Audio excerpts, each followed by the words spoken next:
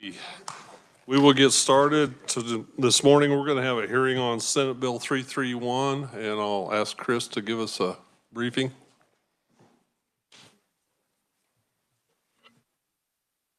Thank you, Mr. Chairman. Good morning, committee.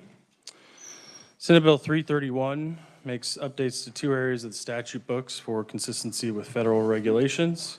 One being the public water supply systems laws and the other the hazardous waste laws. So first, in the public water supply systems laws, currently the statute requires pipes or plumbing providing water for human consumption to be lead-free, but that requirement contains an exception for leaded joints necessary for the repair of cast iron pipes.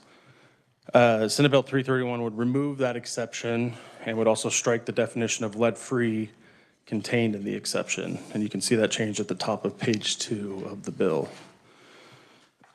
Second, with regard to hazardous waste laws, the bill would replace references to the term small quantity generator with hazardous waste generated by persons who generate less than amounts specified in KSA 65-3451A and 65-3451B3.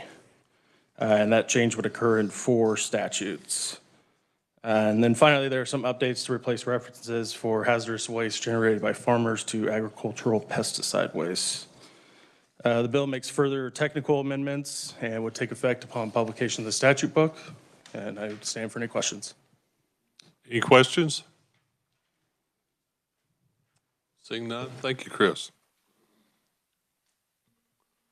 Our first oral proponent is Kate Gleason from KDHE.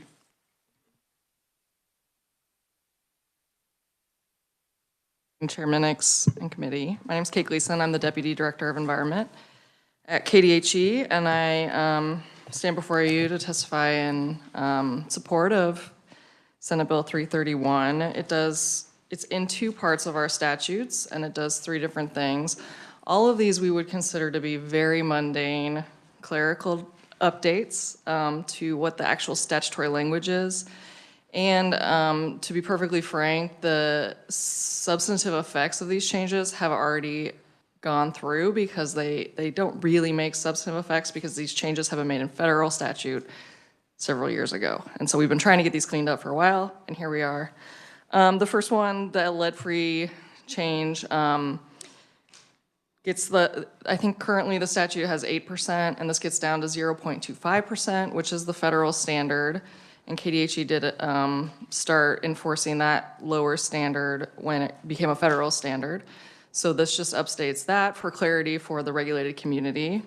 The second change to taking out the term small quantity generator, we would like to, the reason we're referring to the other statute is because we like the threshold to be in statute, but the terminology has shifted over the years, first at EPA and then also in Kansas, right? So the term small quantity generator has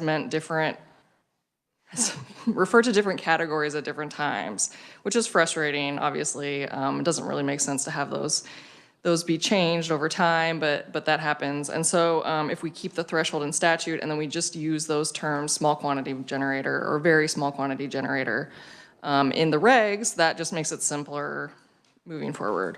And then the third change is also fairly clerical, and it just takes out the references to hazardous waste generated by a farmer to the term agricultural pesticide waste. And that is another change that just more closely aligns with what both the industry want for clarity and what the feds are already doing. So those are the 3 changes. Again, we think these are really mundane, but we are happy to answer any questions that you have about them, and we hope that this bill can move forward. Thank you. Any questions? Representative Titus. Thank you, Mr. Chair. I know a couple years ago, Department of Agriculture and KDHE had been working on a grant program to dispose of pesticides and collect them. And had updated, I don't recall the exact specifics of that getting updated in statute. Does the changes on page 14 tie to that of the bill? I don't believe it's tied to that grant program. This is really just how we define the pesticide waste in the statute. So the grant program to help clean up waste was, related to those wastes, but not this statutory definition. This change here today. I see it, right, section 5, we're authorizing, is it just clarifying how that program is supposed to work? It's top of page 14.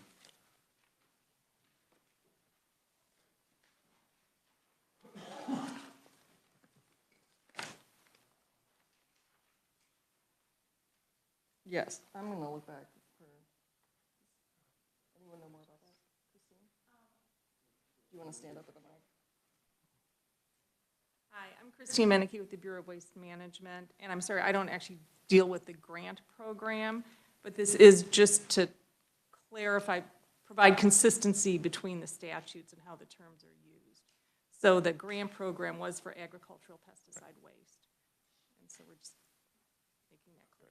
Does that answer? Yeah, I was just trying to put the pieces together. Thank you. Okay, thank you. Any further questions? These EPA standards changed in 2017, 2011. 2011? Okay. Yeah, the agency has run bills before that were unsuccessful to make these changes. And then obviously there was the pandemic, so it has taken a while, but. So we're cleaning everything up to basically current practices. Correct. Okay. Any further questions? Seeing none, thank you. Thank you.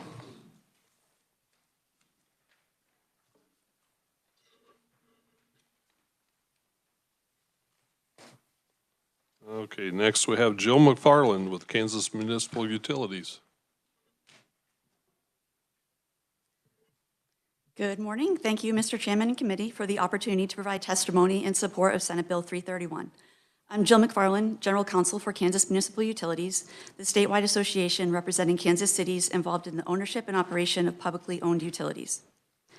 KMU provided testimony in support of this measure when the bill was considered in the Senate Agriculture and Natural Resources Committee and was pleased to see it pass the Senate unanimously.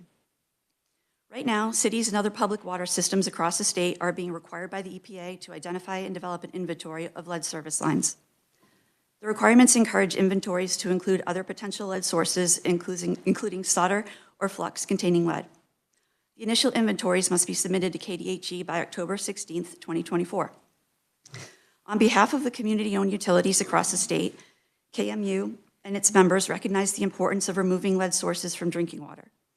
KMU supports the intent of Senate Bill 331 from a public health standpoint and supports the changes to the bill relating to the use of any pipe, solder, or flux in the installation or repair of any public water supply system or any plumbing in a facility providing water for human consumption that is not lead-free. The suggested changes designed to identify and reduce lead-based pipes in water systems simplify and align Kansas statute with federal regulations. Thank you for the opportunity to provide comments in support of Senate Bill 331. Any questions? Seeing none, thank you. I'll direct the committee's attention to written proponent testimony by Wendy Stark, which is in your folders today. Are there any neutral? Any opponent testimony? Seeing none, any comments? Representative Smith? Thank you, Mr. Chairman. Are we planning on working this in the future, or is this something, it seems pretty mundane, something we could flip real quick? I had it scheduled for next Tuesday, but if we want to go to emergency final action, we could definitely do that today and move it forward and potentially give you a day off next Tuesday. I would make that motion.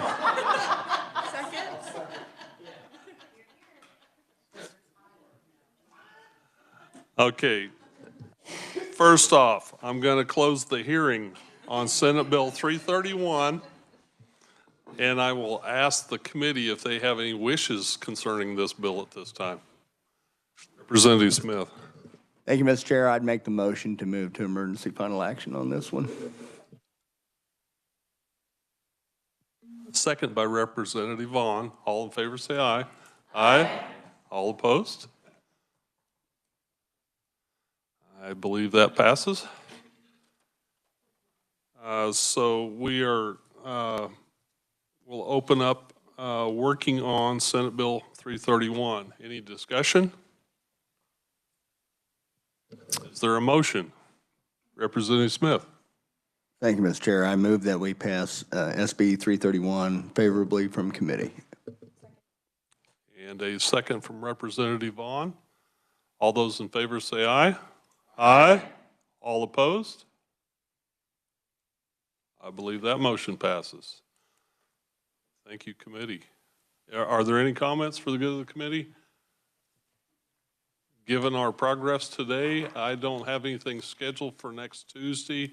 There's a potential for Thursday of next week. On the 19th, we will have a presentation from Kansas Geological Survey on a federal grant that they received to start working on modeling for water quality here in the state of Kansas.